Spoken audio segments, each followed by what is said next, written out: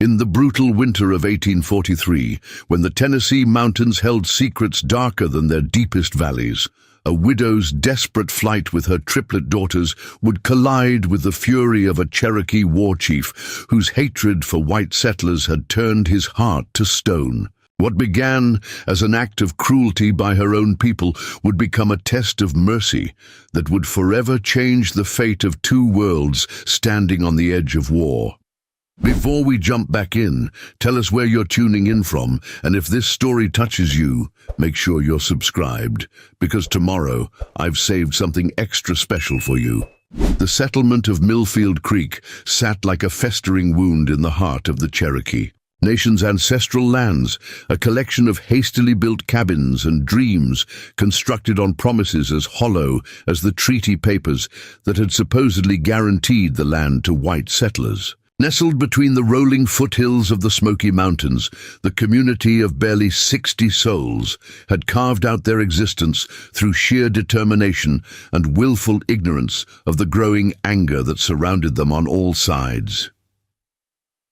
It was December of 1843, and the bitter winds that swept down from the mountain peaks carried more than just the promise of snow. They carried the whispers of Cherokee war parties moving through the forests, the rumble of federal troops marching toward what many believed would be the final confrontation between the United States government and the last free Cherokee bands, refusing to walk the Trail of Tears to the distant Oklahoma Territory. In this powder keg of racial tension and political maneuvering lived Rebecca Ashworth, a woman whose very existence had become a burden to the community that had once welcomed her family with open arms. At 28, Rebecca possessed the kind of quiet strength that comes from weathering storms that would break lesser souls. Her auburn hair prematurely streaked with silver, and her green eyes holding depths of sorrow that spoke of losses too. Profound for words, Rebecca had arrived in Millfield Creek 3 years earlier with her husband Daniel, a skilled blacksmith whose services were desperately needed in the growing settlement. Daniel Ashworth had been a man of principle, respected for his craftsmanship and admired for his gentle nature with both humans and animals. More importantly, he had been one of the few white settlers who treated the Cherokee people with genuine respect, learning their language and often serving as an unofficial translator during the tense negotiations that periodically erupted between the community and the native tribes. Daniel's progressive views had made him valuable, but never entirely trusted by his neighbors. Jeremiah Caldwell, the settlement's self-appointed leader and a man whose grandfather had fought Cherokee warriors in the Revolutionary War, had always viewed Daniel's friendliness toward the natives with suspicion. "Mark my words," Caldwell would mutter to his cronies around the general store's pot-bellied stove. "A man who consorts with savages will eventually be corrupted by their heathen ways." The Ashworth family had lived quietly on the outskirts of Millfield Creek, Daniel working his forge, while Rebecca tended their small farm and raised their 3 daughters. The triplets, Faith, Hope, and Grace, had been born during the harsh winter of 1838, their arrival a miracle that had nearly cost Rebecca her life. At 5 years old, the girls were identical in appearance, but distinct in temperament, their golden hair and bright blue eyes making them favorites throughout the settlement, despite the whispered concerns about their father's political leanings. Faith, the eldest by mere minutes, possessed a fierce independence that often led her into trouble. She climbed trees higher than any boy her age, challenged older children to races she usually won, and asked questions that made adults uncomfortable with their probing intelligence. Hope, the middle child, was the peacemaker of the trio, blessed with an intuitive understanding of human nature that allowed her to diffuse conflicts before they escalated. Grace, the youngest, was the dreamer, often found staring at the mountains with an expression of longing that suggested her spirit was already wandering the hidden trails beyond the settlement's boundaries.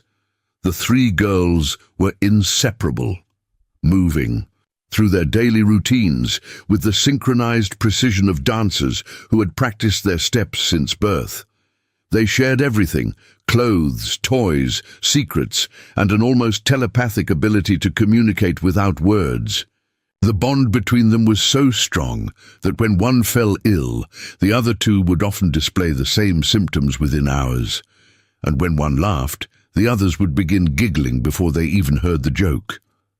This extraordinary connection had made them objects of fascination and increasingly suspicion within Millfield Creek. Old women whispered about unnatural bonds and the strange ways of children who seemed to know things they shouldn't know. When Hope had warned her mother about a storm that wouldn't arrive for 2 days, or when Grace had cried inconsolably the morning before news arrived of a Cherokee attack on a settlement 50 miles away, the superstitious elements of the community began to view the triplets with growing unease. Daniel had dismissed these concerns with characteristic good humor, proud of his daughter's intelligence and intuitive abilities. "They're bright girls with active imaginations," he would tell Rebecca when she worried about the neighbors' whispered conversations. "The world needs more children who think for themselves, not fewer." But Daniel's protective presence had been brutally removed from their lives 8 months ago when a fever swept through Millfield Creek like wildfire, claiming 12 lives, including that of the settlement's most skilled craftsman. Daniel had worked tirelessly to help other families, using his strength to dig graves and his gentle nature to comfort the grieving, until the fever claimed him as well. Rebecca had watched helplessly as her husband wasted away over the course of 6 terrible days, his strong hands growing weak and his voice becoming a whisper as he struggled to breathe. In his final moments, as the triplets slept exhausted in the next room, Daniel had gripped Rebecca's hand with surprising strength and whispered words that would haunt her dreams for months to come. "Promise me," he had gasped, his eyes burning with fever and desperation. "Promise me you'll keep them safe.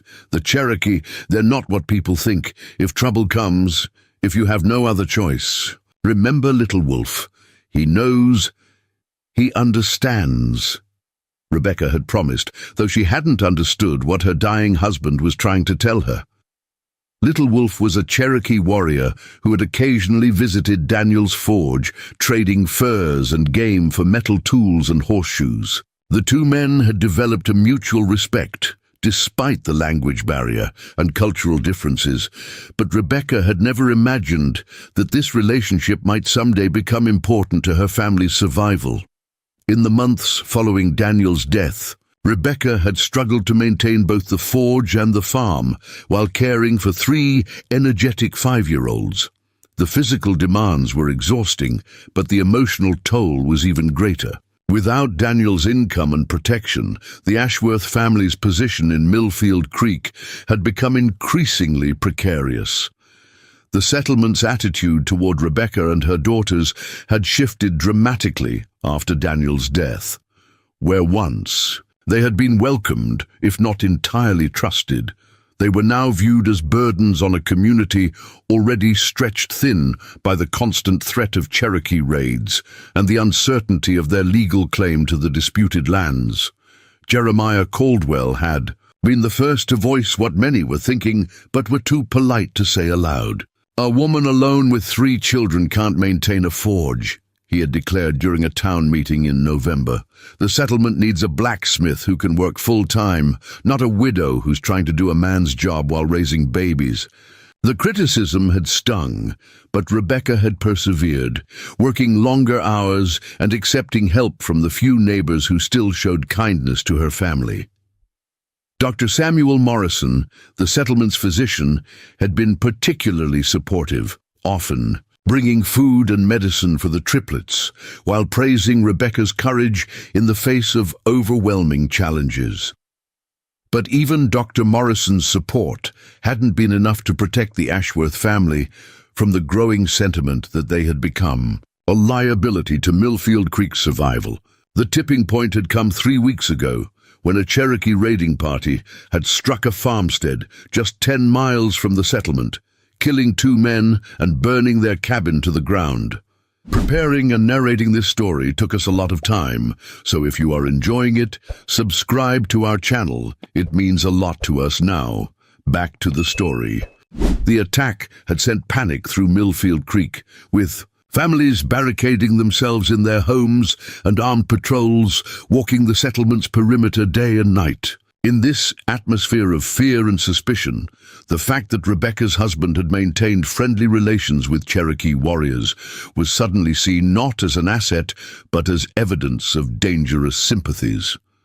How do we know she hasn't been passing information to them? Thomas Brennan, the settlement store owner, had whispered during one of the emergency meetings called to discuss defensive measures. Her husband was always talking to those savages. Who's to say she hasn't continued the practice? The accusation was groundless and cruel, but it had taken root in the fertile soil of community fear. Within days, subtle forms of ostracism had begun.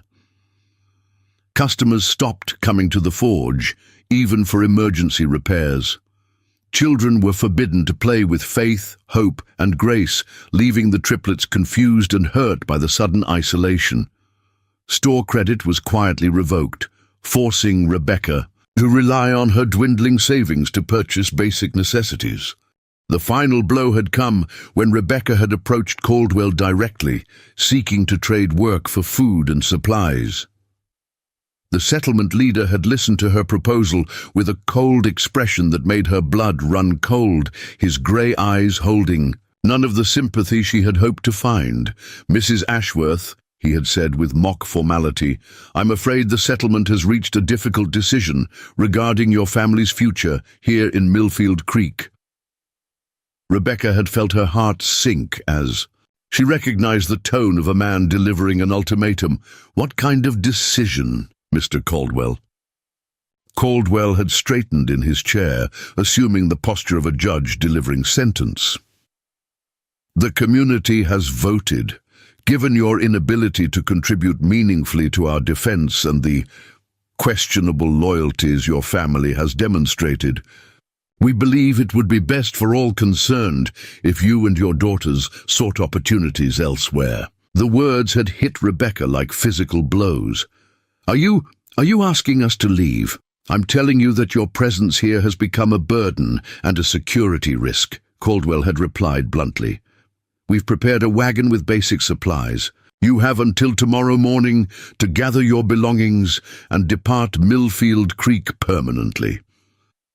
Rebecca had stared at the man in disbelief, unable to process the magnitude of what she was hearing. "It's December, Mr. Caldwell. The nearest settlement is over 100 miles away. My daughters are 5 years old. You're sending us to our deaths." Caldwell's expression had remained unmoved by her plea. "That's not our intention. But neither is it our responsibility. You've made your choices, Mrs. Ashworth. Now you must live with the consequences." The conversation had ended there, leaving Rebecca to stumble home to her daughters with the impossible task of explaining why they would be leaving the only home the triplets had ever known. Faith, Hope, and Grace had listened to their mother's carefully edited explanation with the solemn attention that children reserve for moments when they sense their world is about to change forever. "Where will we go, Mama?" Hope had asked, her small hand finding Rebecca's with the instinctive need for comfort that characterized her gentle nature. Rebecca had pulled all 3 girls close, breathing in the familiar scent of their hair while fighting back tears that would only frighten them more. "I don't know yet, sweetheart, but we'll be together, and that's what matters most." Grace, ever the intuitive one, had looked up at her mother with eyes that seemed far too old for her 5-year-old face. "Are we going to see the Cherokee people, Mama? The ones Papa used to talk to?" The question had startled Rebecca with its perceptiveness. In all her worry about practical matters, food, shelter, survival, she hadn't consciously considered the possibility that their exile might lead them into Cherokee territory.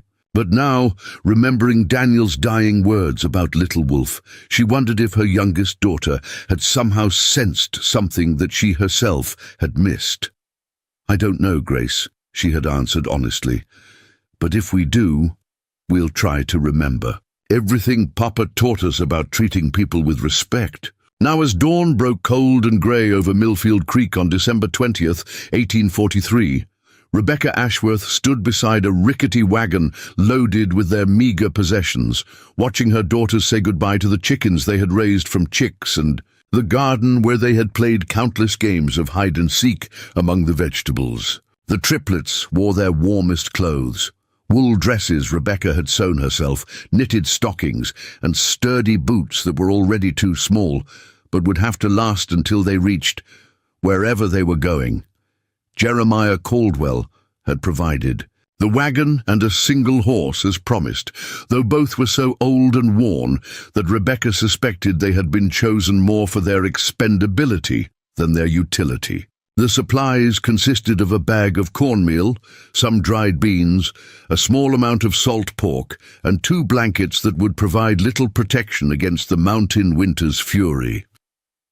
As the settlement's residents watched from their doorways and windows, some with expressions of guilt and others with obvious relief, Rebecca helped her daughters climb into the wagon bed. Faith, Hope, and Grace huddled together among their few possessions, their identical faces showing the same mixture of fear and determination that Rebecca knew must be reflected in her own features. "Remember," Caldwell called out as Rebecca took up the reins. "You follow the mountain trail south toward the Tennessee border. Don't try to come back, Mrs. Ashworth. You won't be welcome."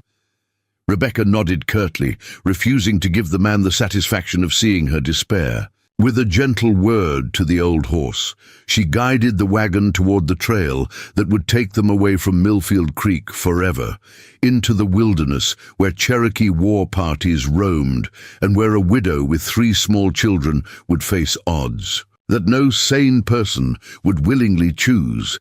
As the settlement disappeared behind them, swallowed by the morning mist that clung to the mountain valleys, Rebecca tried to push down the growing certainty that she was leading her daughters to their deaths. The trail ahead was treacherous even in good weather, and with winter storms already beginning to sweep down from the high peaks, they would be racing against time and the elements to find shelter before the mountains claimed their lives.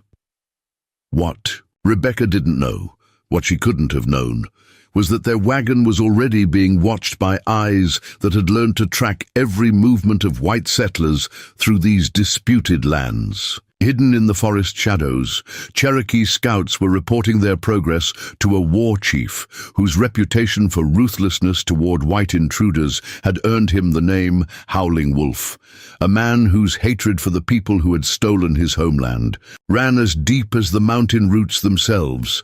The collision between Rebecca Ashworth's desperate flight and Howling Wolf's burning desire for vengeance was inevitable now, set in motion by the cruel calculations of men who had chosen exile over compassion. But in the vast wilderness of the Cherokee Nation, where ancient laws governed the treatment of those who entered tribal lands uninvited, mercy was a currency that had been spent long ago in exchanges written in blood and betrayal.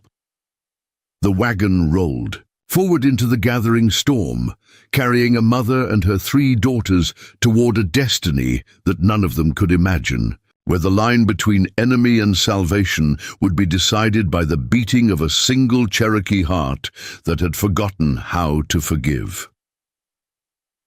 3 miles above the mountain trail where Rebecca Ashworth's wagon creaked through the morning mist, a figure moved through the forest with the silent precision of a hunting wolf. Howling Wolf, war chief of the last free Cherokee band in these mountains, tracked the white settlers' progress from ridge to ridge, his moccasined feet finding purchase on rocks and roots that would have sent lesser warriors tumbling to their deaths. At 35, Howling Wolf possessed the kind of physical presence that made even his own warriors step aside when he passed. Standing nearly 6.5 feet tall, his muscular frame was marked by the scars of countless battles, a jagged line across his left shoulder from a cavalry saber, burn marks on his forearms from a cabin fire he had set in retaliation for. His sister's murder, and most prominently, a deep furrow along his jaw where a settler's bullet had come within inches of ending his life 3 years earlier. His face was a masterwork of controlled fury, with high cheekbones that spoke of noble Cherokee bloodlines and dark eyes that burned with an intensity that made even hardened warriors uncomfortable under his gaze. His black hair, streaked with premature silver, was pulled back in the traditional warrior's knot and decorated with eagle feathers earned through acts of courage that had become legend among his people. But it was not Howling Wolf's physical presence that made him the most feared Cherokee leader in the Tennessee mountains. It was his absolute, uncompromising hatred for the white invaders who had destroyed his world. Unlike other Cherokee chiefs who had sought accommodation or compromise, Howling Wolf had chosen the path of total war, leading a band of 40 warriors who had sworn blood oaths to drive every white settler from their ancestral lands or die. In the attempt, the source of his rage ran deeper than politics or territorial disputes. 7 years earlier, Howling Wolf had been known by his birth name, Gentle Bear, and had been among the Cherokee leaders who still believed peaceful coexistence with white settlers was possible. He had a wife, Morning Star, whose beauty was celebrated in songs throughout the Cherokee nation, and 2 young sons who showed promise of becoming great warriors themselves. Everything had changed on a October morning in 1836 when Georgia militia, claiming to be enforcing federal removal orders, had attacked his village, while most of the warriors were away on a hunting expedition. The militiamen had shown no mercy to the women, children, and elderly left behind, systematically burning every structure and killing anyone who tried to resist or escape. Howling Wolf had returned from the hunt to find his village destroyed, his wife and sons among the 23 dead, their bodies left unburied for the wolves and carrion birds. In that moment, standing among the ashes of everything he had loved, Gentle Bear had died, and Howling Wolf had been born. A creature of pure vengeance who had sworn on the graves of his family that he would never again show mercy to any white person who dared to enter Cherokee lands. Since that terrible day, Howling Wolf's war band had become the scourge of white settlements throughout the region.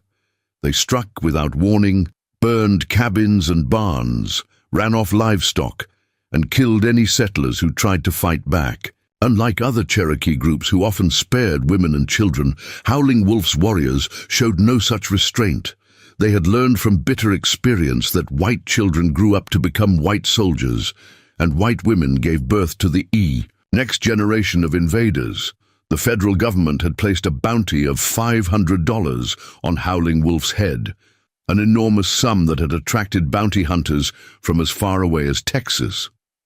None had succeeded in claiming the reward, and several had paid for their attempts with their lives. The Cherokee war chief had developed an almost supernatural reputation among both white settlers and his own people, with some claiming he could become invisible at will, and others insisting that bullets simply passed through his body without causing harm. Now, as he shadowed the lone wagon making its way through the morning mist, Howling Wolf felt the familiar surge of anticipation that preceded violence. Here was another opportunity to strike at the hated white invaders, to send a message that would echo through every settlement from Georgia to Kentucky. The wagon appeared to contain a woman and several children, easy targets that would require minimal effort to eliminate, but something about this particular group of travelers nagged at the war chief's instincts. Most white settlers who dared to travel these trails moved in large, well-armed groups, their wagons forming defensive circles each night, and their men maintaining constant vigilance against Cherokee attacks. This wagon was alone, vulnerable, almost defensively inadequate for the dangerous journey it was attempting. Howling Wolf had survived 7 years of warfare by trusting his instincts, and those instincts were telling him that this situation was not what it appeared to be. He decided to observe longer before striking, following the wagon from a distance while his warriors remained hidden in the forest, ready to attack on his signal. As evening approached and the temperature began to drop toward the freezing point, Rebecca Ashworth guided her exhausted horse off the main trail toward a small clearing where they could make camp for the night. The old animal was clearly struggling with the weight of the wagon and the challenging terrain, and Rebecca knew they would have to rest soon or risk losing their only means of transportation. The triplets had been remarkably patient during their first day of exile, huddled together in the wagon bed and occasionally pointing out interesting sights along the trail. A hawk circling overhead, a deer bounding through the trees, rock formations that resembled familiar objects from their life in Millfield Creek.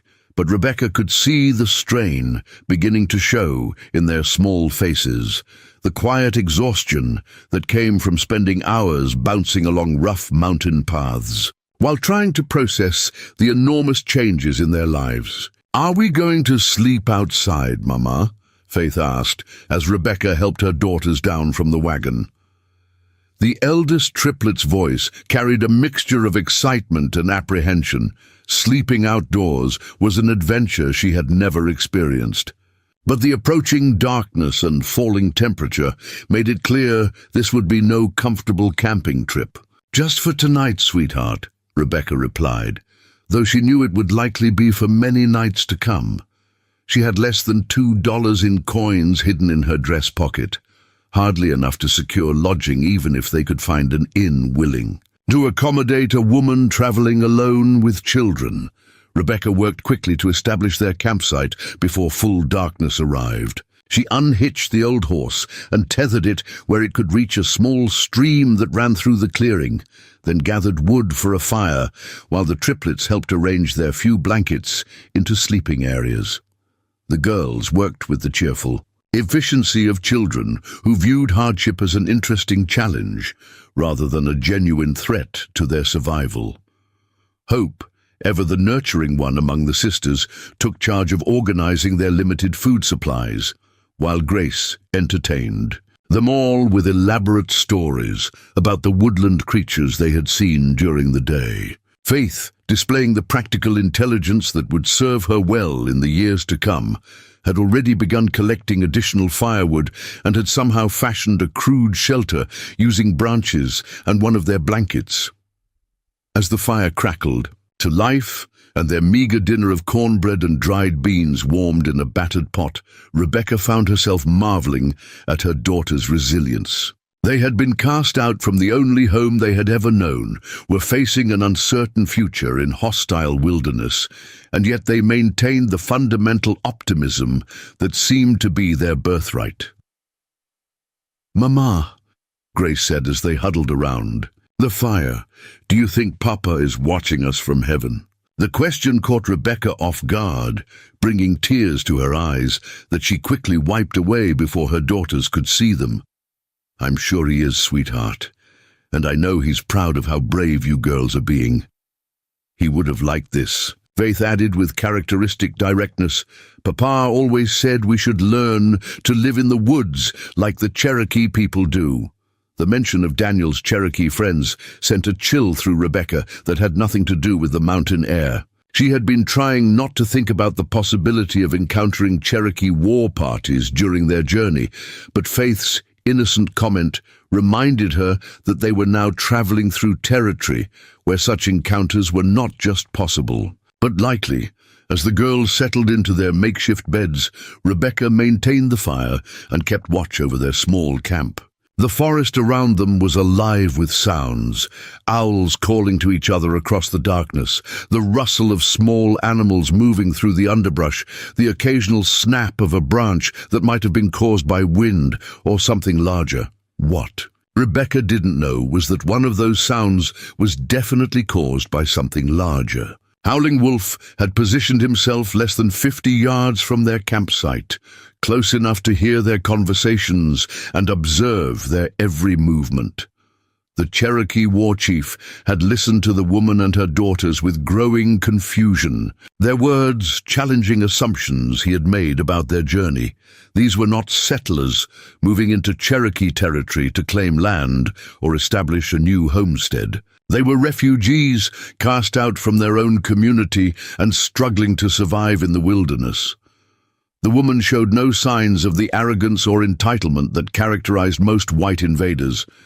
Instead, she displayed the careful behavior of someone who understood she was in hostile territory and was trying to avoid confrontation.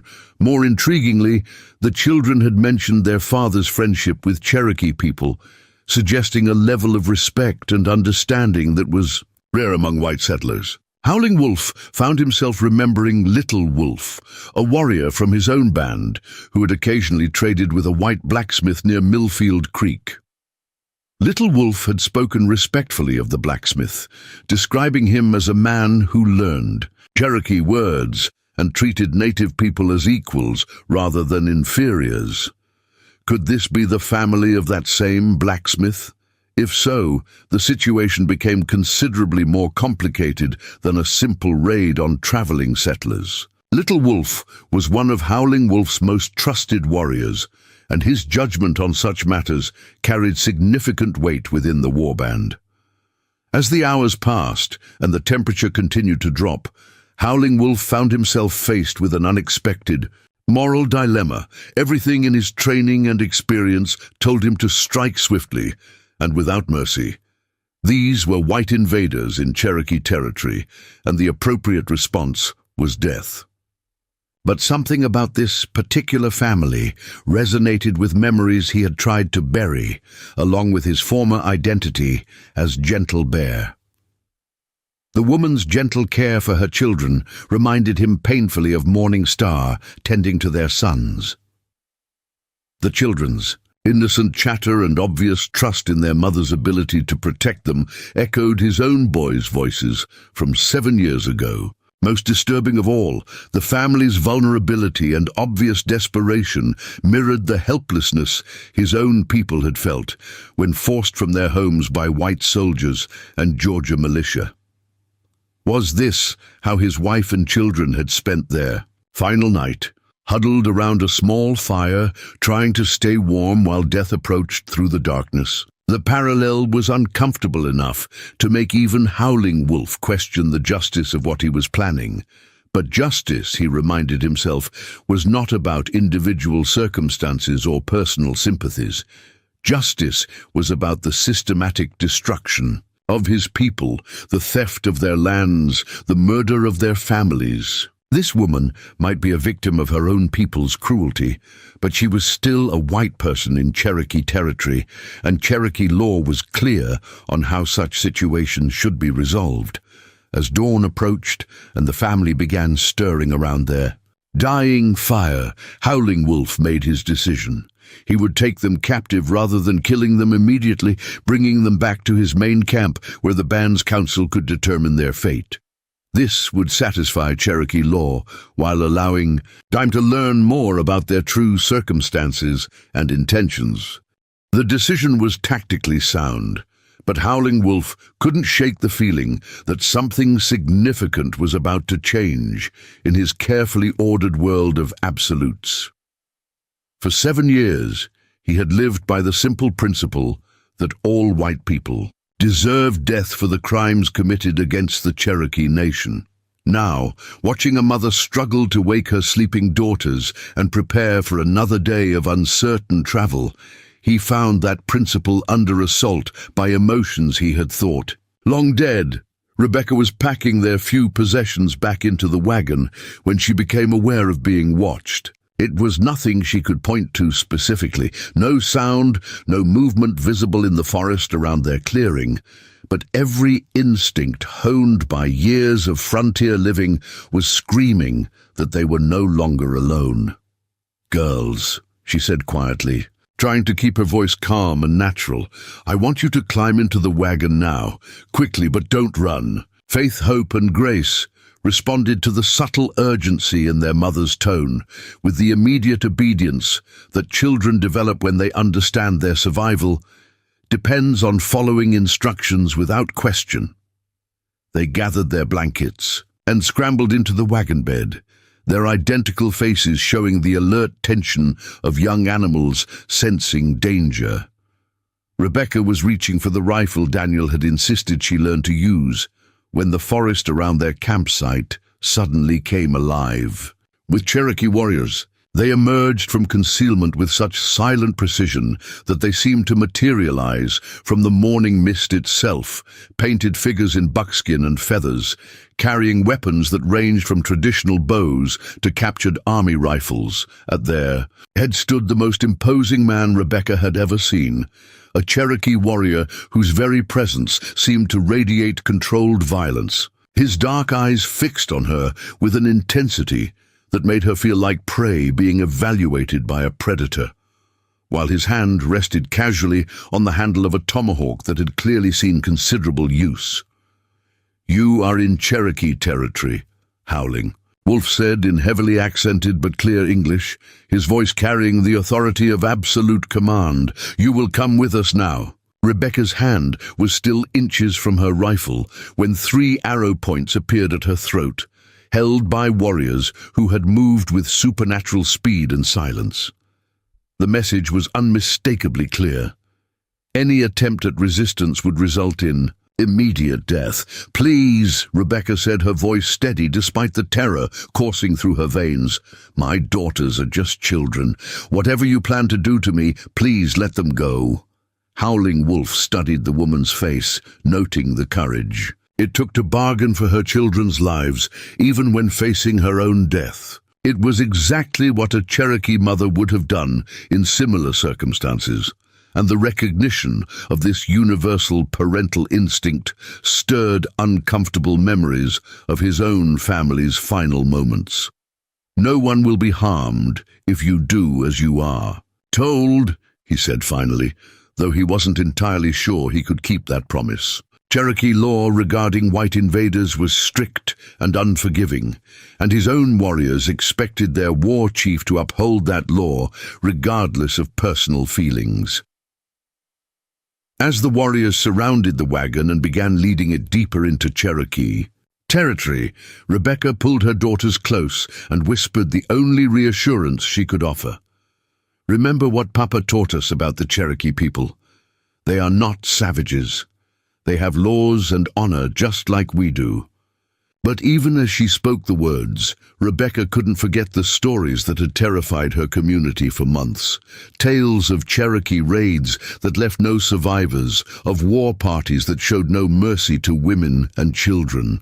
Whatever lay ahead, in the Cherokee stronghold where they were being taken, she knew their survival would depend on factors far beyond her control. The wagon rolled deeper into the mountains, carrying its cargo of captives toward a confrontation that would test everything both cultures believed about justice, mercy, and the possibility of redemption in a world torn apart by hatred and fear. The Cherokee war camp lay concealed in a natural amphitheater, carved into the mountainside by centuries of wind and water, its location so perfectly hidden that even seasoned trackers could pass within 100 yards and never suspect its existence. Accessible only through a narrow canyon that could be defended by a handful of warriors, the stronghold had become the last refuge of Cherokee fighters who refused to surrender their homeland to white invaders. As Howling Wolf's war party emerged from the canyon's shadowy mouth, leading their captives into the heart of Cherokee resistance, Rebecca Ashworth found herself entering a world that challenged every assumption she had ever held about native life. This was not the primitive encampment described in settler stories, but a sophisticated military operation that had been planned and executed with the precision of a West Point graduate. The camp was arranged in concentric circles, with the outermost ring consisting of carefully positioned sentries and defensive works that could channel attacking forces into predetermined killing zones. The second ring contained the warriors' lodges, traditional structures that had been modified with firing ports and reinforced walls capable of withstanding rifle fire. At the center of the complex stood the council lodge, an impressive structure, large enough to house gatherings of the entire war band, but it was the people themselves who truly shocked Rebecca.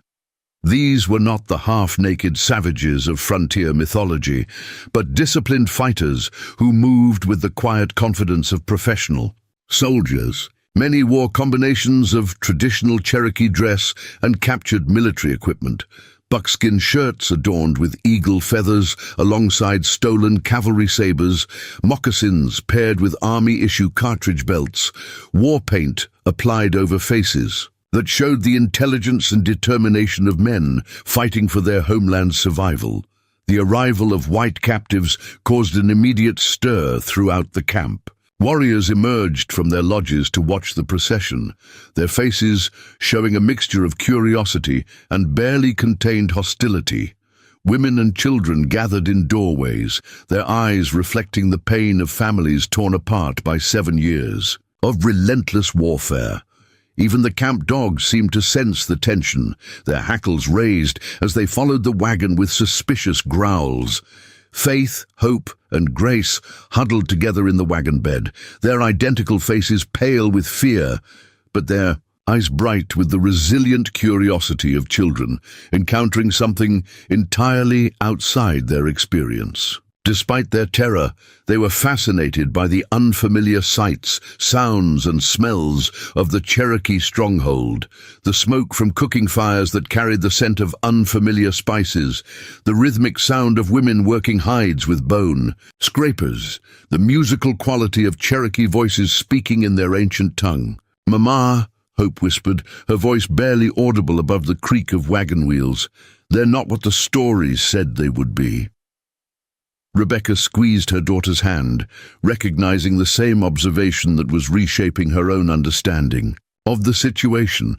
The Cherokee camp showed clear evidence of organization, discipline, and cultural sophistication that contradicted everything she had been taught about native peoples. These were not mindless savages driven by bloodlust, but human beings fighting a desperate war for their survival.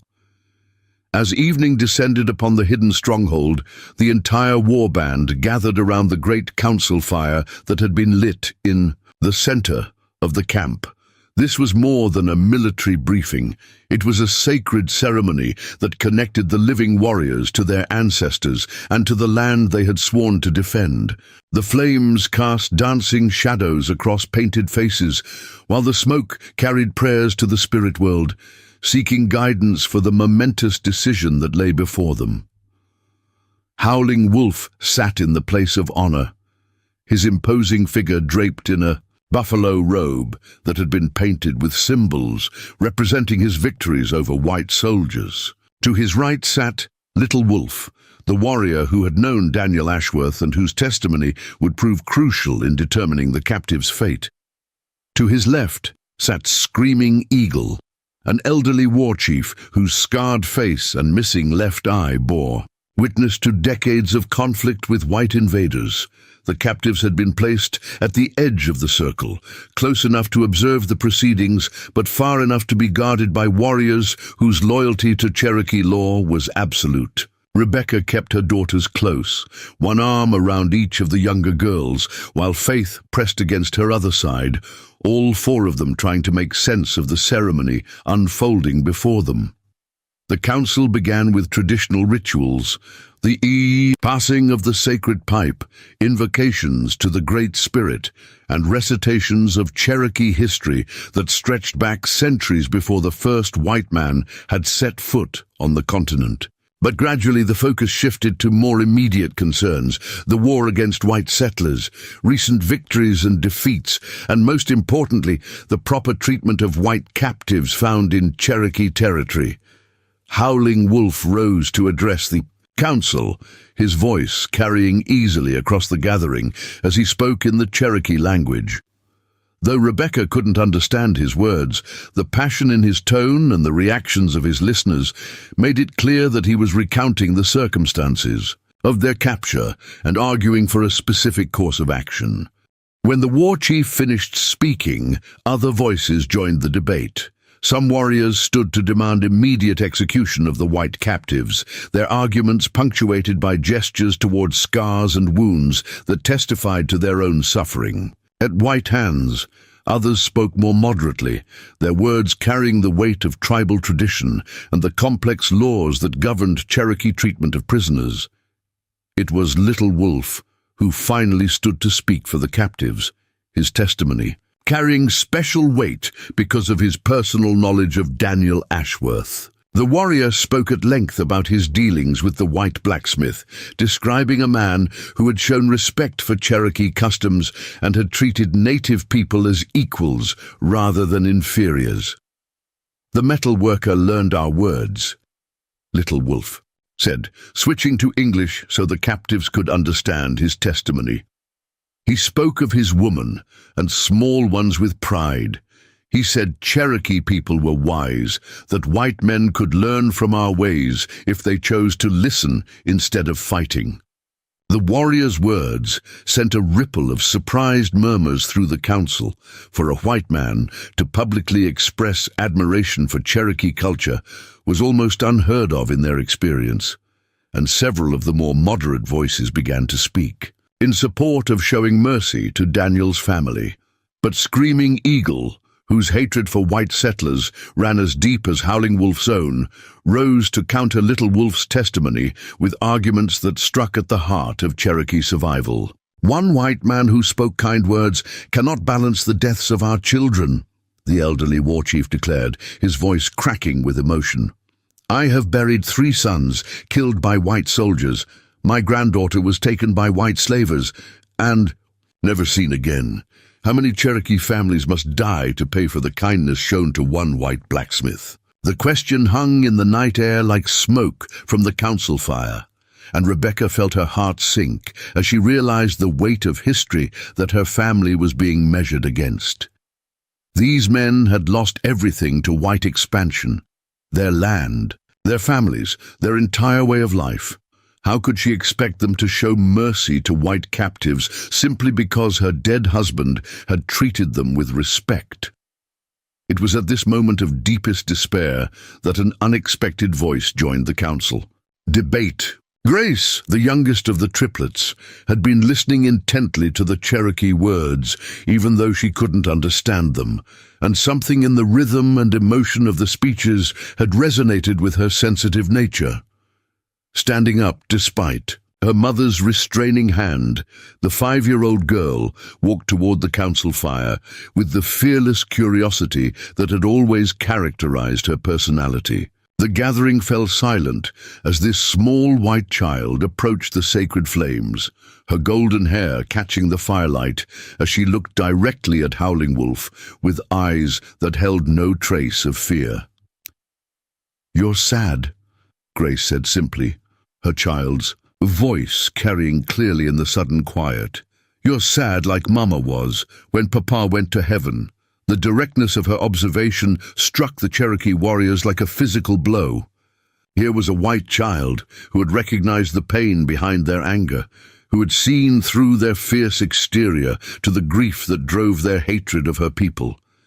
Howling Wolf stared down at the small girl, his composure shaken by her innocent perception.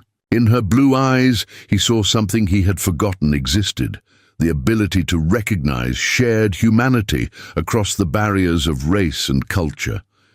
It was a gift that children possessed naturally, but that adults often lost in the harsh realities of war and survival.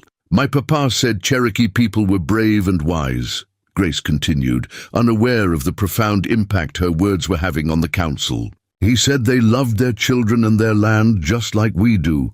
He said maybe someday white people and Cherokee people could be friends again." Faith and hope, inspired by their sister's courage, rose to join her beside the council fire. The 3 identical girls stood together in the firelight, their innocent presence a stark contrast to the war-painted warriors who surrounded them. "Our papa is dead," Faith said, with her characteristic directness, and the white people in our town made us leave because they were afraid of Cherokee people. They said Cherokee people were bad, but Papa said that wasn't true. Hope, ever the peacemaker, added her own voice to her sister's testimony. We don't want to fight anybody. We just want to find a place where we can live and not be afraid. The triplets' words created a profound silence in the Cherokee Council, as hardened warriors struggled to process what they had just witnessed. These white children, who should have been crying in terror or begging for their lives, had instead offered sympathy for Cherokee suffering and testimony to their father's respect for Cherokee people. Screaming Eagle, whose argument for execution had seemed unassailable just moments before, found himself staring at the three girls with an expression of confusion and growing doubt. How could he advocate for the deaths of children who spoke of friendship and understanding?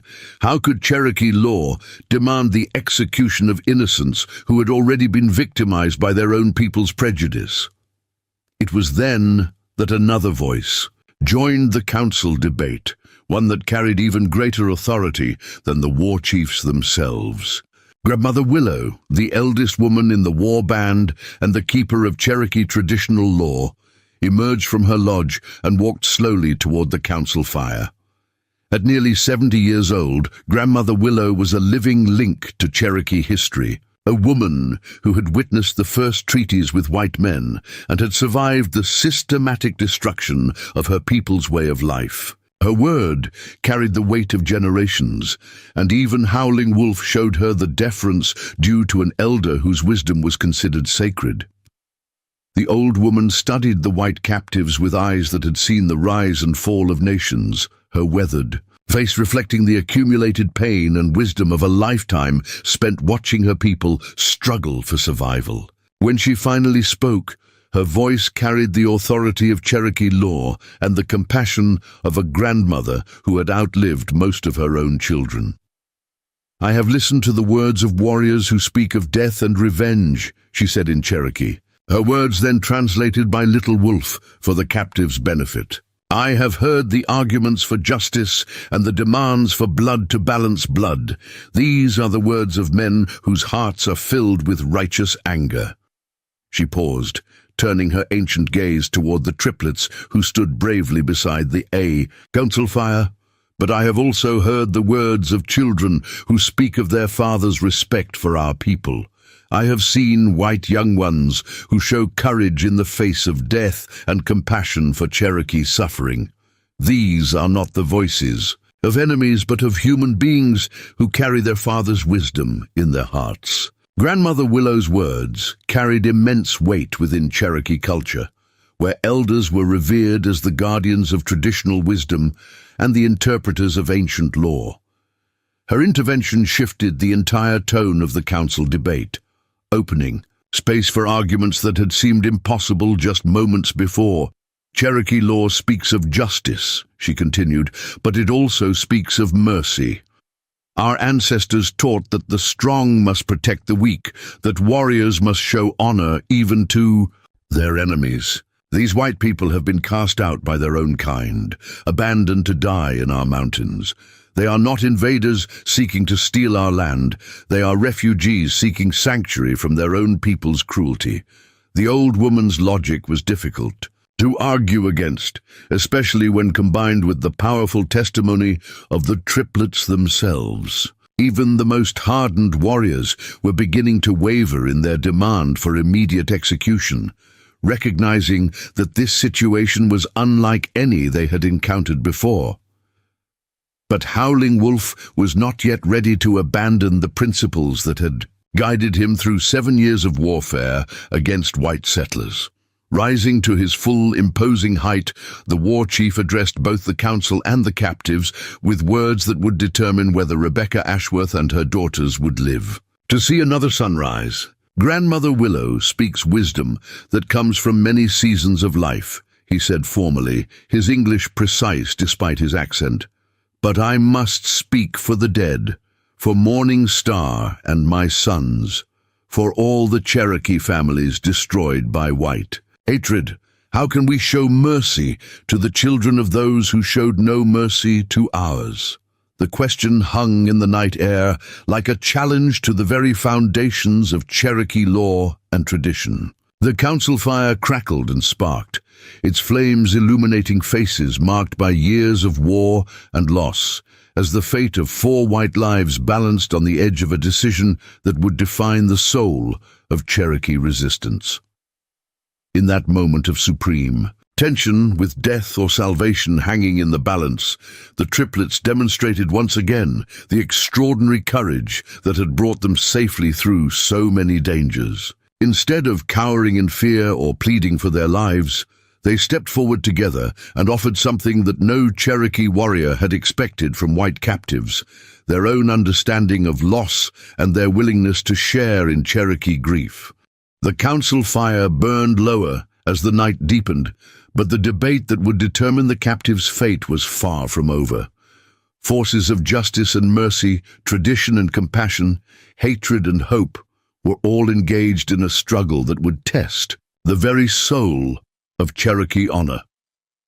As dawn broke over the Cherokee stronghold, painting the mountain peaks in shades of gold and crimson, Howling Wolf emerged from his lodge with a decision that would surprise both his warriors and his captives. The night-long council had ended without resolution, the voices of justice and mercy locked in a stalemate that Cherokee law could not easily resolve. But the war chief had found inspiration in an ancient tradition that offered a path forward, one that would test not just the captives' worthiness to live, but the Cherokee people's capacity for wisdom beyond vengeance.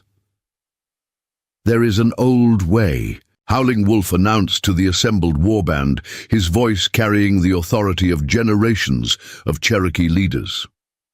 "When the council cannot decide between life and death, when the spirits themselves seem divided, there is a test that can reveal the truth hidden in human hearts."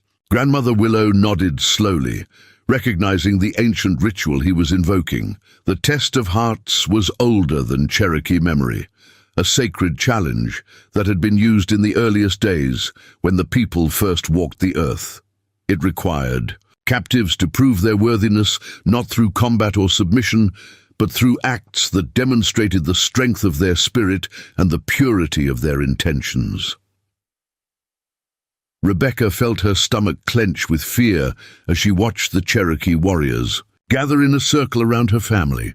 Whatever this test involved, she knew their lives hung in the balance, but she also recognized something in Howling Wolf's demeanor that gave her hope.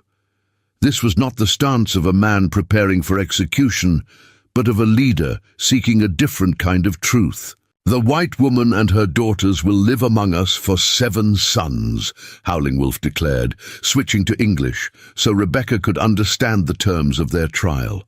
"They will work beside our women, learn our ways, share our burdens. If at the end of this time they have proven themselves worthy of Cherokee mercy, they will be granted their lives and safe passage from our territory." The terms of the test were unlike anything Rebecca had expected. Instead of facing immediate death or torture, they were being offered a chance to demonstrate their character through daily interaction with their captors. It was both more hopeful and more terrifying than she had anticipated. 7 days, too, proved that white people could deserve Cherokee compassion. Within hours of Howling Wolf's announcement, Rebecca and her daughters found themselves integrated into the daily life of the Cherokee war camp in ways that challenged every assumption. They had held about Native society. They were assigned to work alongside Cherokee women whose own stories of loss and survival rivaled anything Rebecca had experienced in her widowed existence. Morningstar's sister, a woman whose name reflected both her beauty and her tragedy, became their primary guide into Cherokee domestic life. She was approximately Rebecca's age, with intelligent dark eyes and prematurely grey hair that spoke of suffering beyond her years.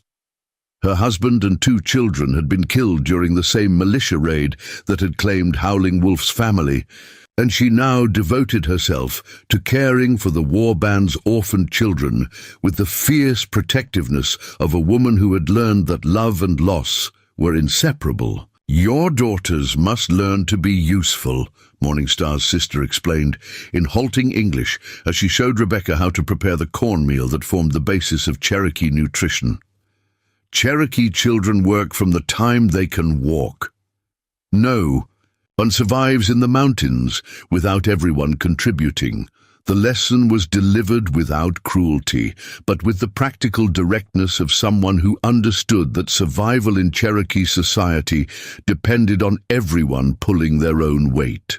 Rebecca watched as Faith, Hope, and Grace were gently but firmly guided into age-appropriate tasks, gathering firewood, helping with food preparation, and learning to weave baskets from river reeds.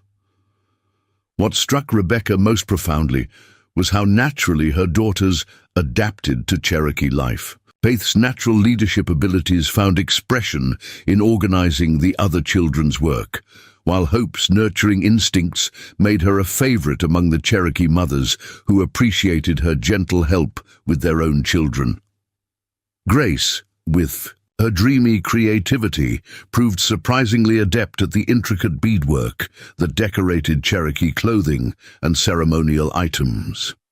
But it was the Cherokee children themselves who provided the most revealing glimpse into the humanity that warfare had obscured. These were not the savage offspring of bloodthirsty warriors that settler stories described, but normal children dealing with the trauma of displacement and loss in remarkably resilient ways.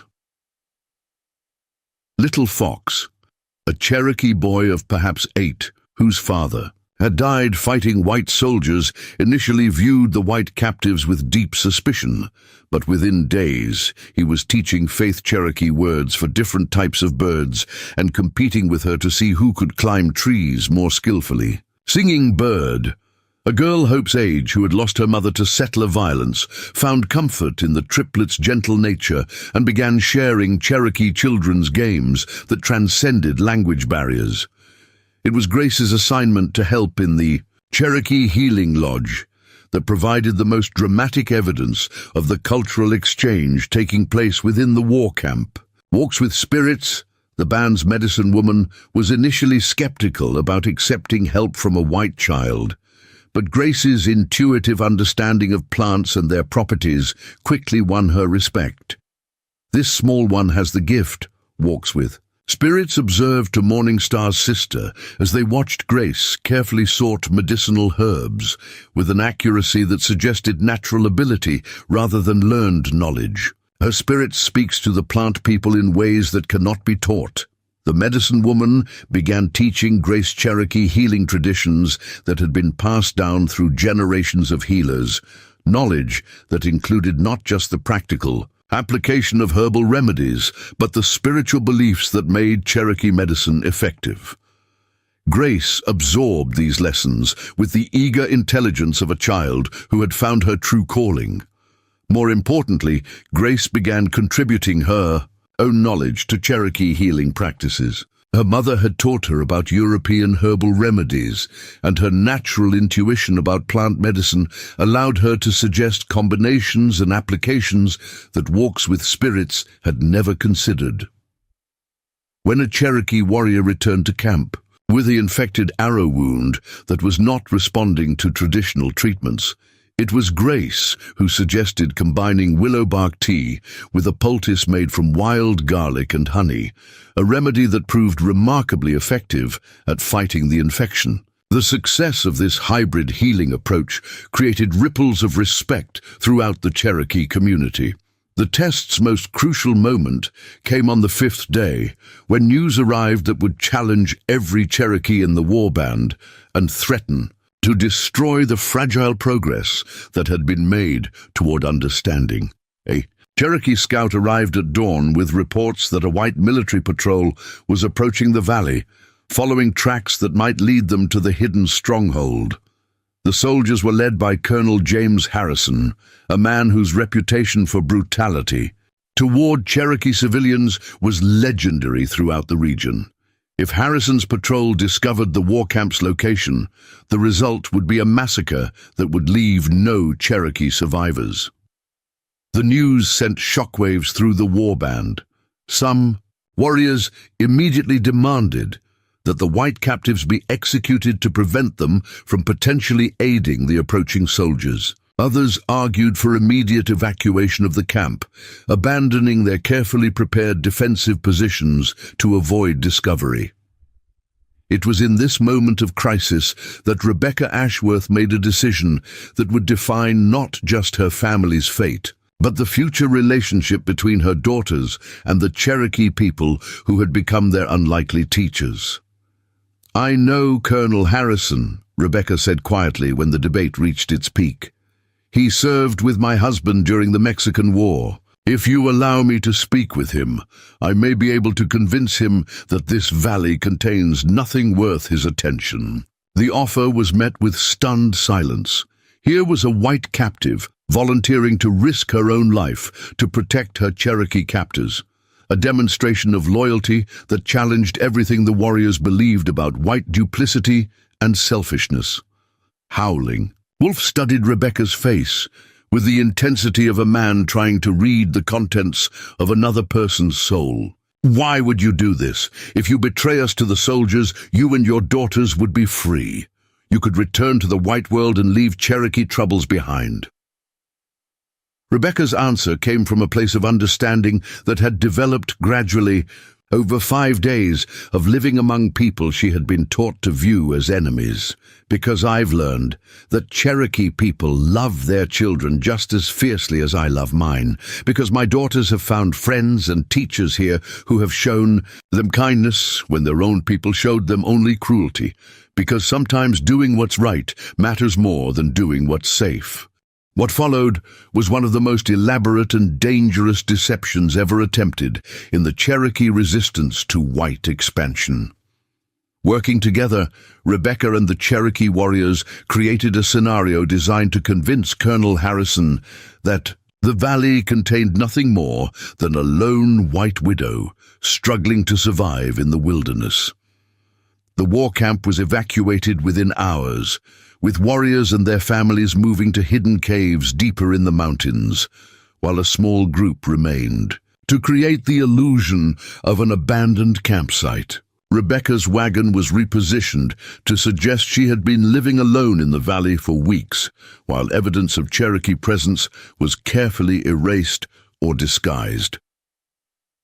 The triplets, understanding that their lives and the lives of their Cherokee friends depended on their performance, prepared to play the roles of frightened children grateful to be rescued by white soldiers. It was a demanding act for 5-year-olds, requiring them to hide their newfound affection for Cherokee culture and their anger at their own people's treatment of them.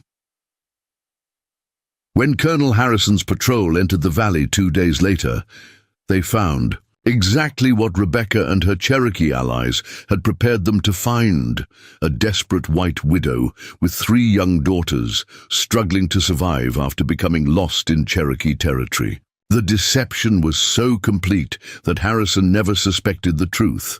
"Mrs. Ashworth," the colonel said with the false gallantry of a man who viewed women as helpless creatures requiring masculine protection, "Providence has smiled upon you. Another few days in this wilderness, and you might never have been found." Rebecca played her part perfectly, expressing gratitude for the rescue while carefully steering Harrison's attention away from any evidence that might suggest Cherokee presence in the area. The triplets, drawing on their natural intelligence and their mother's coaching, supported the deception with convincing performances as traumatized children eager to return to civilization. But as Colonel Harrison's patrol prepared to escort them from the valley, Rebecca faced the most difficult decision of her life. The Cherokee people had trusted her with their lives, and she had kept that trust. But now she had to choose between the safety of returning to white society and loyalty to people who had shown her family more genuine kindness than their own community had ever offered. The decision she made in that moment would determine not just her family's future, but whether the bridge of understanding built between two cultures could survive the forces trying to tear it apart.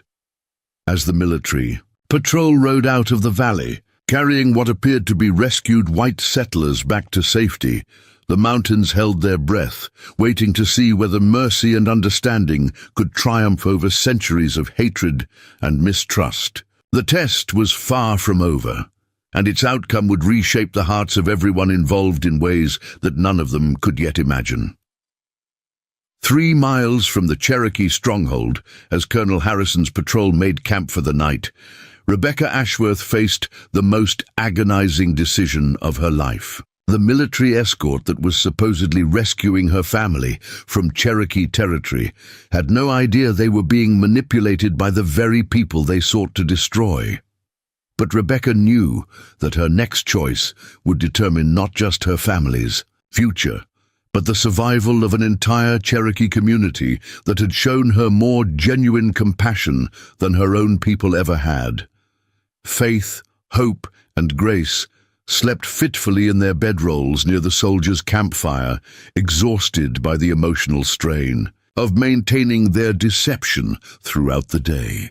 To the casual observer, they appeared to be traumatized children grateful for rescue from savage captivity.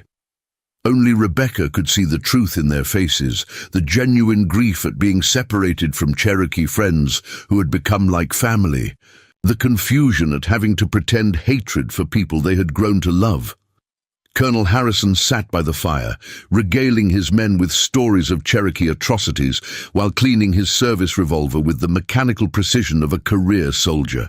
He was a man in his 50s, with grey whiskers and cold blue eyes that had seen too much warfare to retain any illusions about the nobility of his profession. His reputation for ruthlessness toward Cherokee civilians was well earned, and Rebecca knew that if he discovered the truth about their week in the war camp, the consequences would be swift and brutal.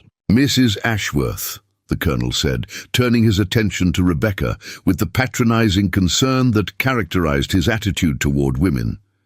"You've been through a terrible ordeal. The savages didn't harm you or your daughters in any way, did they?"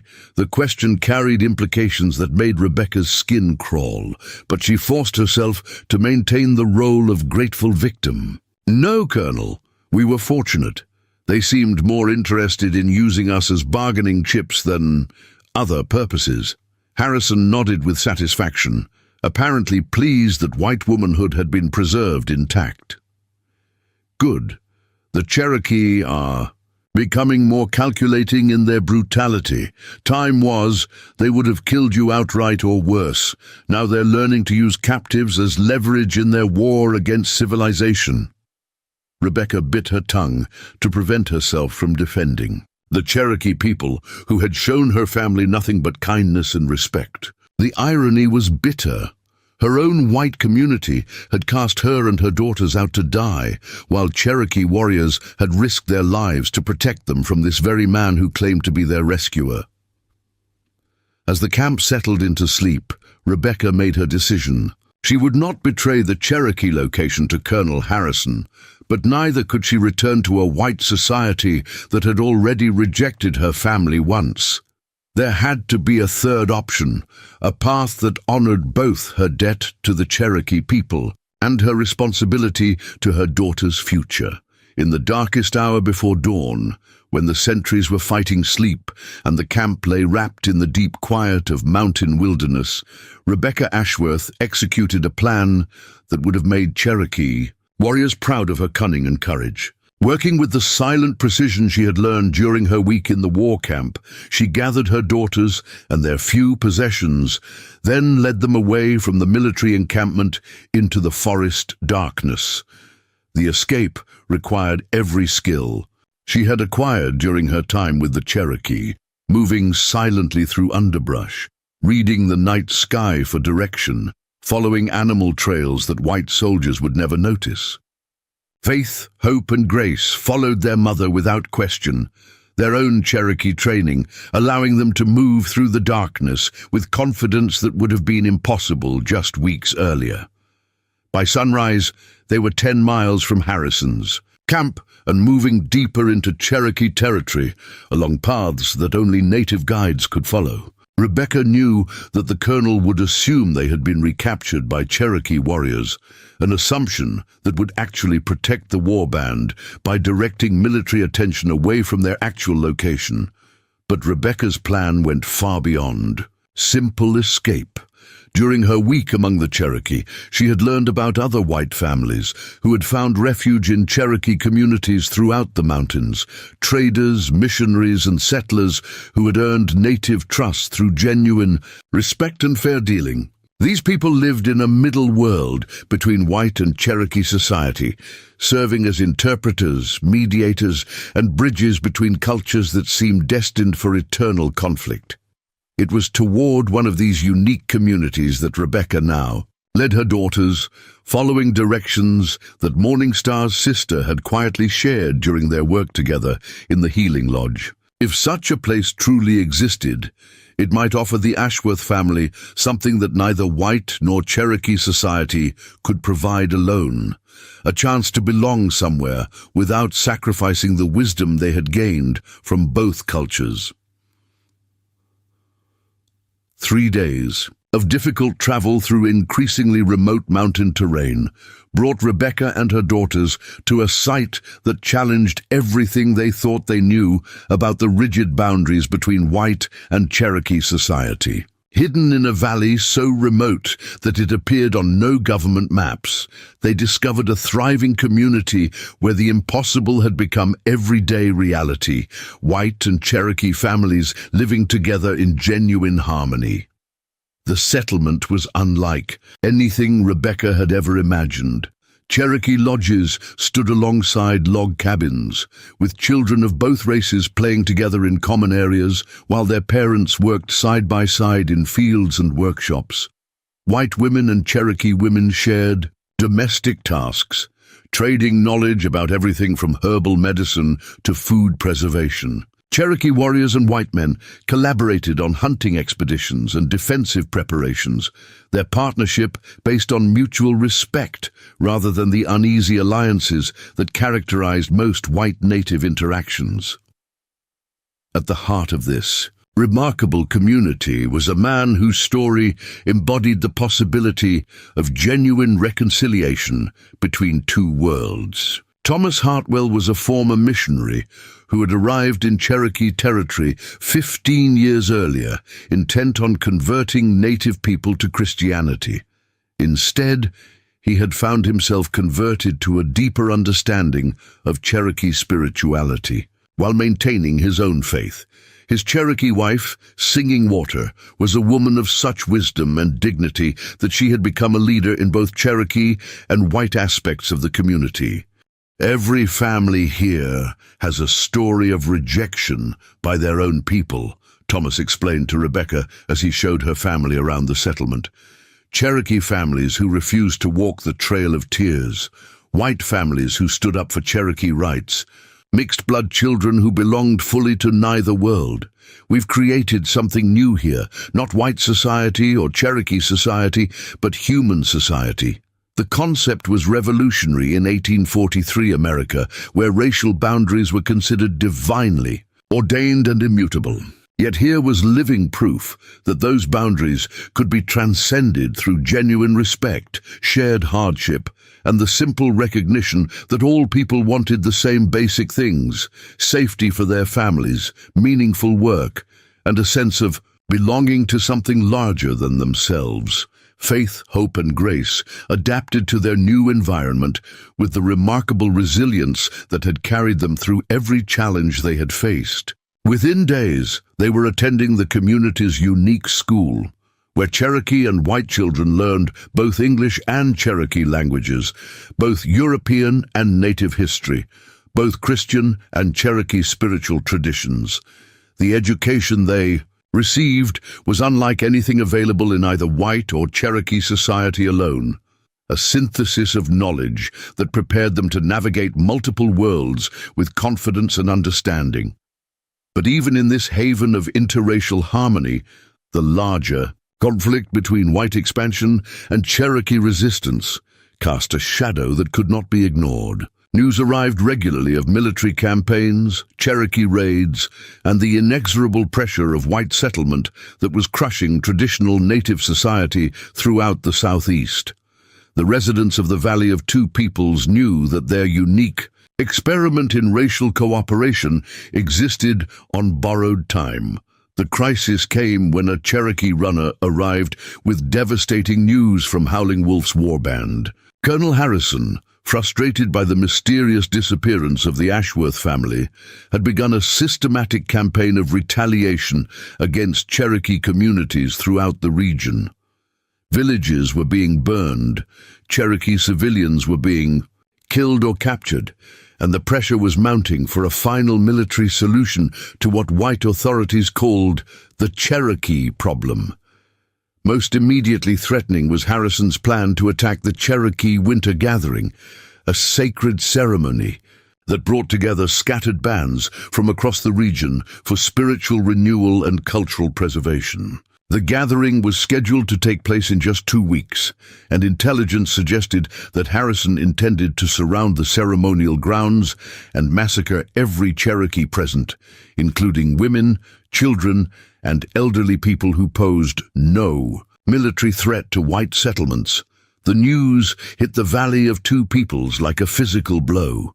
Many residents had relatives who would be attending the winter gathering, and the prospect of wholesale slaughter of Cherokee civilians violated every principle the community stood for. But more than personal concerns were at stake. If Harrison succeeded in destroying the winter gathering, he would effectively end Cherokee resistance in the region and open the way for complete white domination of the mountains.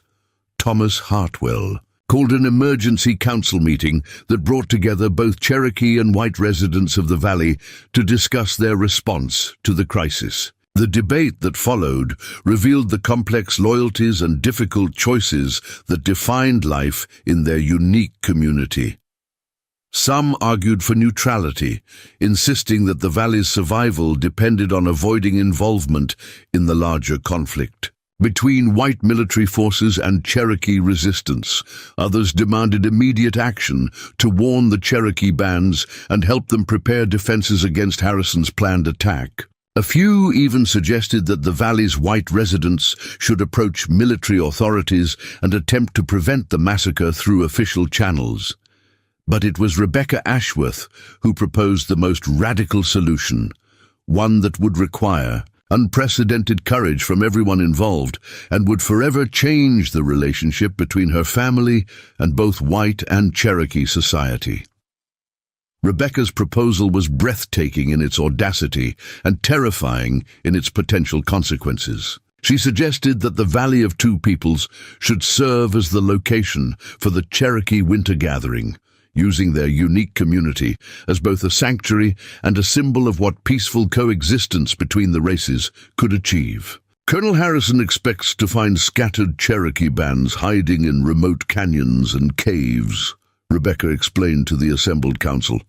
He doesn't know this valley exists, and he certainly doesn't know about our community here.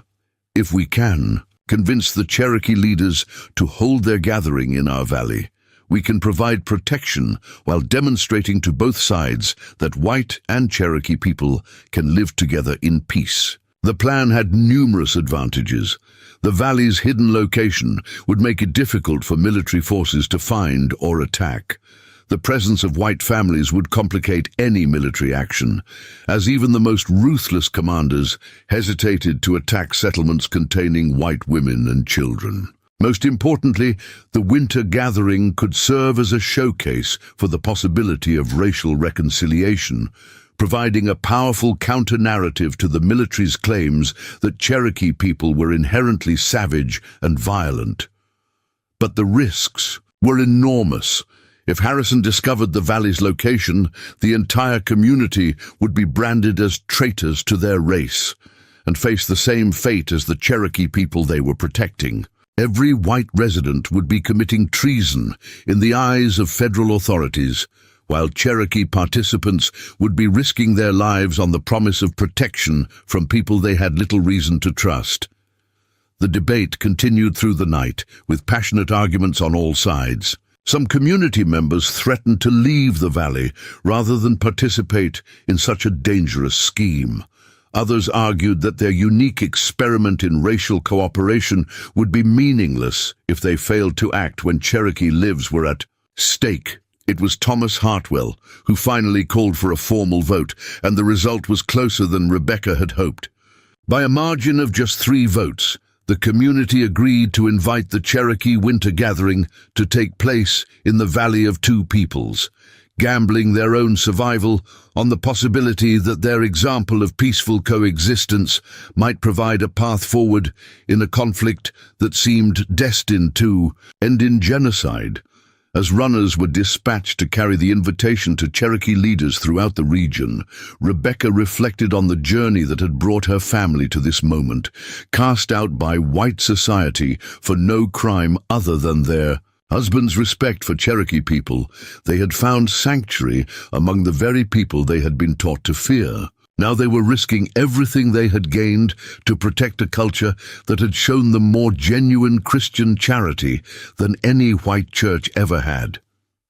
The winter gathering would be more than a Cherokee ceremony.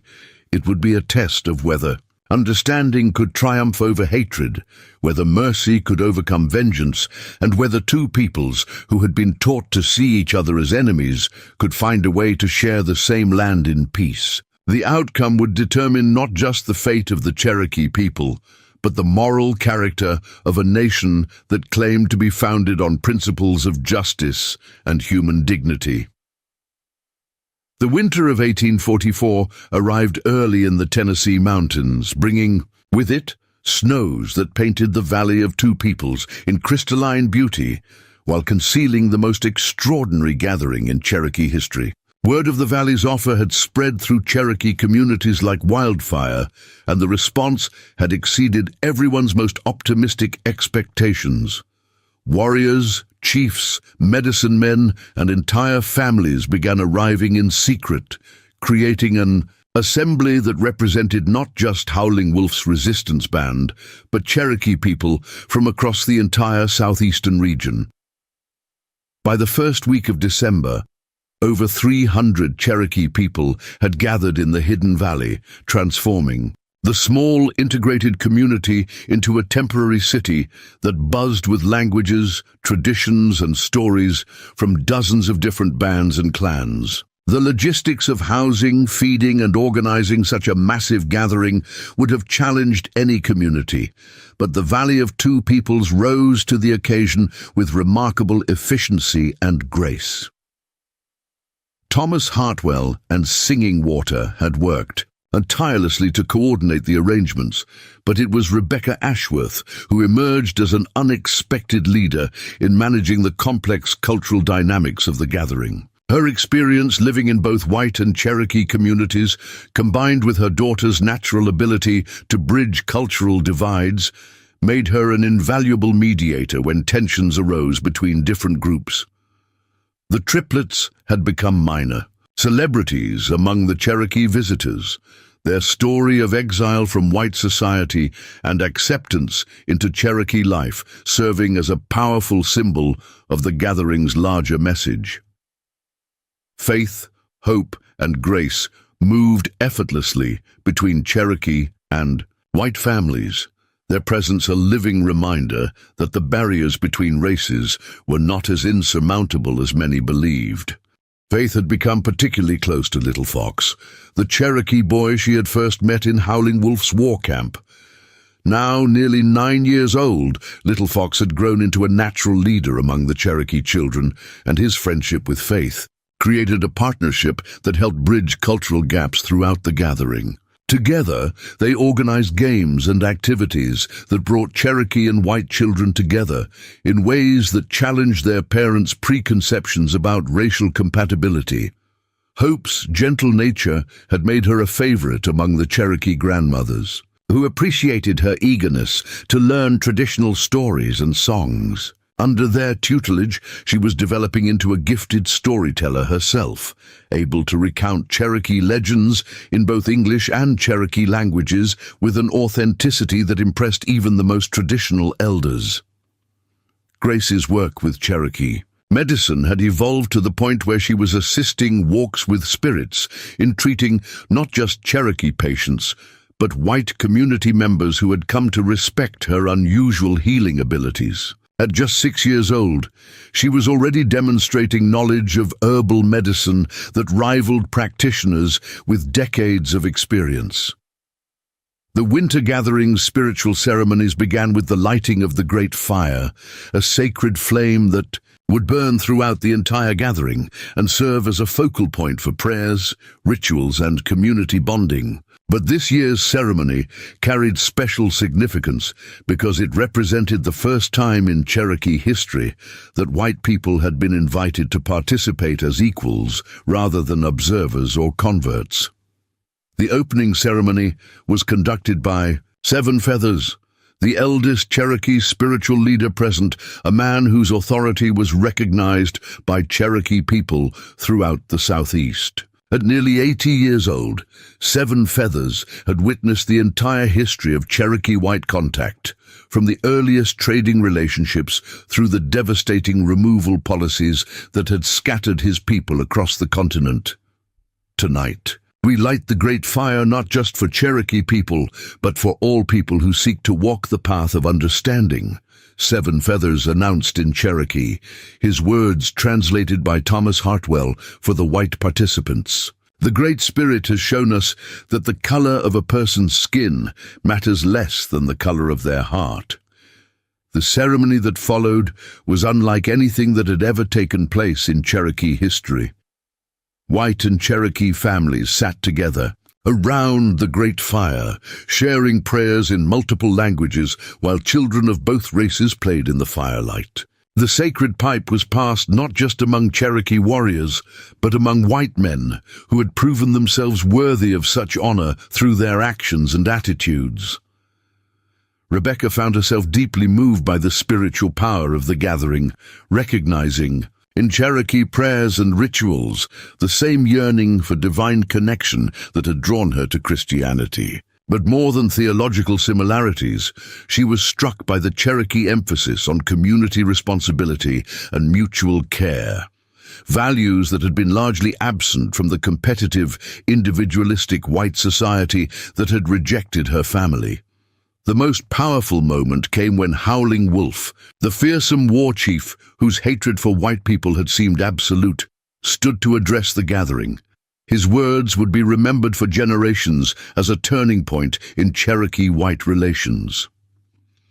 7 winters ago, I buried my wife and sons in soil poisoned by white hatred, Howling Wolf said, his voice carrying easily across the assembled crowd. I swore on their graves that I would never show mercy to any white person who entered Cherokee lands.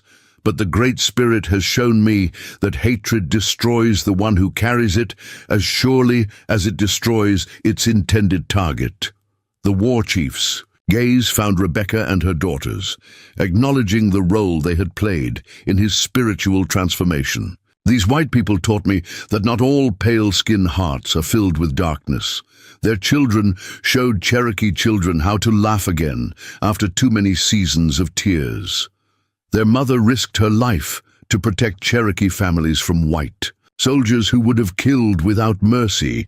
Howling Wolf's public acknowledgement of the Ashworth family's contributions to Cherokee welfare sent ripples of approval through the gathering, but his next words carried even greater significance for the future of Cherokee white relations. I have decided to lay down the war tomahawk, he announced, his decision shocking many of the warriors who had followed him through 7 years of resistance.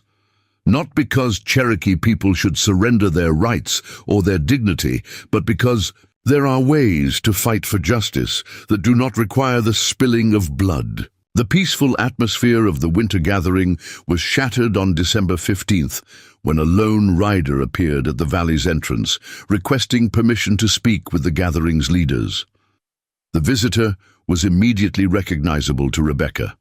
It was Dr. Samuel Morrison, the physician from Millfield Creek, who had been one of the few voices supporting her family during their darkest hours. Dr. Morrison's arrival sent shockwaves through both the Cherokee and white participants in the gathering.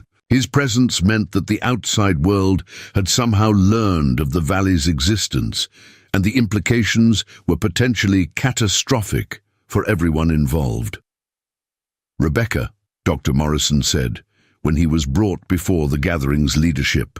"Council, I've been searching for you and your daughters since you disappeared from Colonel Harrison's patrol. The entire region believes you were recaptured and killed by Cherokee warriors." The physician's news was both alarming and oddly encouraging. If the outside world believed the Ashworth family was dead, then their presence in the valley posed no immediate threat to the gathering's security. But Dr. Morrison's ability to find them suggested that others might follow, potentially exposing the community to discovery by hostile forces. Dr. Morrison's next revelation proved even more disturbing. "Colonel Harrison has been using your supposed deaths as justification for his campaign against Cherokee communities. He's told his superiors that your murders prove Cherokee people are incapable of civilized behavior and must be dealt with through military force rather than negotiation." The irony was bitter. Rebecca's family, who had found more civilization and genuine Christian charity among Cherokee people than they had ever experienced in white society, were being used as propaganda to justify genocide against the very people who had saved their lives. But Dr. Morrison had not come merely to bring disturbing news. His real purpose was far more hopeful and potentially revolutionary. "There are people in the territorial government who are beginning to question Harrison's methods," he explained to the assembled leadership. "Politicians who believe that peaceful coexistence between white and Cherokee people is both possible and preferable to endless warfare. They need proof that such coexistence can work, living examples of successful cooperation between the races." The doctor's proposal was breathtaking in its implications. He was suggesting that the Valley of Two Peoples could serve as a model community, demonstrating to skeptical politicians and citizens that racial integration was not only possible, but beneficial to all involved. If successful, such a demonstration could change government policy and provide a path toward ending the cycle of violence that had dominated Cherokee-white relations for decades. The proposal to transform the valley into a showcase for racial cooperation sparked intense debate among both Cherokee and white participants in the winter gathering. Some argued that exposing their community to outside scrutiny would destroy the privacy and security that had made their experiment possible. Others insisted that they had a moral obligation to share their success with a wider world, desperately in need of hope.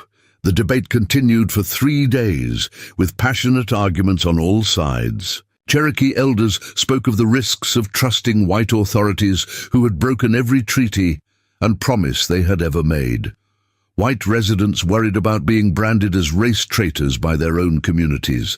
Parents on both sides feared for their children's safety if the valley became a target for extremists from either culture. It was faith, hope, and grace who ultimately provided the wisdom that resolved the debate. Speaking to the gathering with the moral clarity that often comes from children who have not yet learned to accept adult compromises, they argued that their unique upbringing had prepared them for exactly this moment. "We've lived in both worlds," Faith said, her voice steady despite her youth. "We know that white people and Cherokee people want the same things: to take care of their families, to live in peace, to have hope for their children's future." Hope added her own perspective with characteristic gentleness. The white people in Millfield Creek were afraid of Cherokee people because they didn't know any Cherokee people. If they could meet Cherokee families and see how they really live, maybe they wouldn't be afraid anymore. Grace, the dreamer of the trio, offered the most compelling argument of all. "Grandmother Willow says that healing medicine is no good if you keep it hidden in a pouch. It only works when you share it with people who need it. Maybe our valley is like healing medicine that needs to be shared." Their words resonated powerfully with adults who had spent days debating complex political and cultural issues. Sometimes the most profound truths were also the simplest ones, and the children's straightforward logic cut through layers of fear and suspicion to reach the essential question: what was the point of proving that racial cooperation was possible if that proof was never shared with anyone who might benefit from it? The winter gathering concluded with a ceremony that formally established the Valley of Two Peoples as a permanent demonstration community, committed to showing the world that white and Cherokee families could live together in harmony while maintaining their distinct cultural identities. The decision was not unanimous, and several families chose to leave the valley rather than accept the risks that came with public exposure. But the majority remained, determined to turn their private success into a public witness for the possibility of racial reconciliation.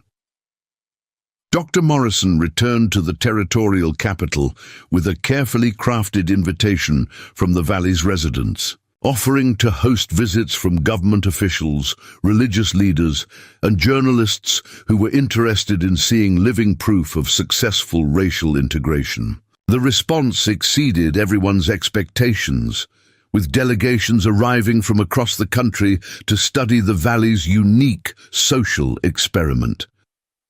Rebecca Ashworth found herself serving as the primary spokesperson for the community, her story of exile from white society and acceptance into Cherokee culture, providing a powerful narrative that challenged visitors' preconceptions about racial boundaries. Her daughters became symbols of the valley's success, living examples of children who had benefited from exposure to multiple cultures rather than being harmed by it. The publicity was not without its dangers. White supremacist groups denounced the valley as a betrayal of racial purity, while some Cherokee leaders worried that cooperation with white authorities would lead to cultural assimilation and the loss of Cherokee identity. Death threats were common, and the valley's residents lived with the constant awareness that their experiment in racial harmony had made them targets for extremists on both sides. But the positive impact of the valley's example far outweighed the risks. Politicians began crafting legislation based on the valley's governance model, which balanced Cherokee traditional law with American constitutional principles.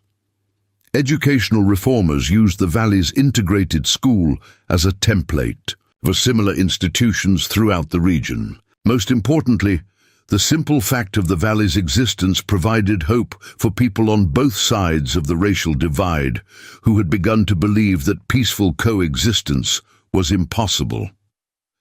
In 1863, as America tore itself apart in civil war over the question of racial equality, Rebecca Ashworth stood before the graduating class of the Valley of Two Peoples Academy, watching her triplet daughters receive diplomas that certified their mastery of both Cherokee and European educational traditions. At 24 years old, Faith, Hope, and Grace had become young women whose unique upbringing had prepared them to serve as bridges between cultures in ways their mother could never have imagined.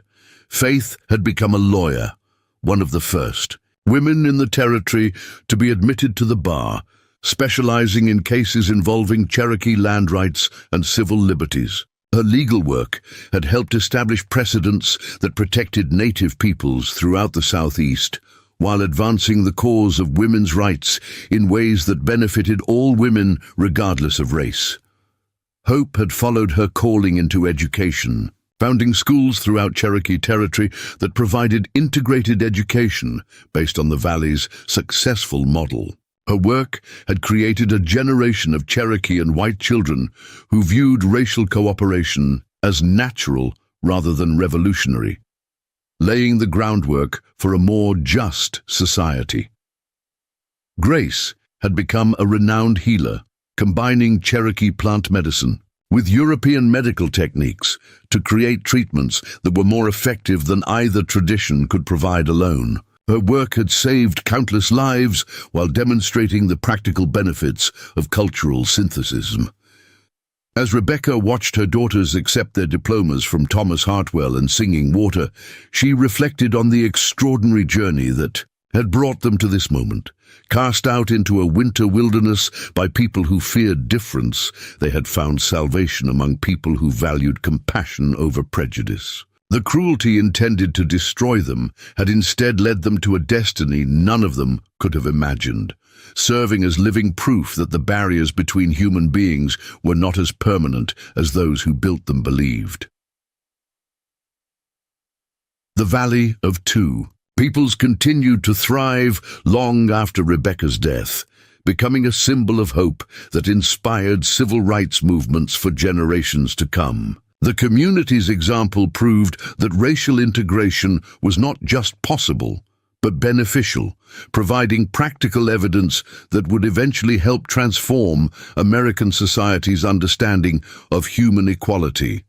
And it had all begun with a Cherokee war chief's decision to show mercy to a widow and her 3 daughters who had been abandoned to die in the winter wilderness. Sometimes the smallest acts of compassion carry within them the seeds of the greatest transformations. And the choice to save 3 lives had ultimately helped save the soul of a nation, struggling to live up to its founding ideals of justice and equality for all. Up next, you've got 2 more standout stories right on your screen. If this one hit the mark, you won't want to pass these up. Just click and check them out, and don't forget to subscribe and turn on the notification bell so you don't miss any upload from us.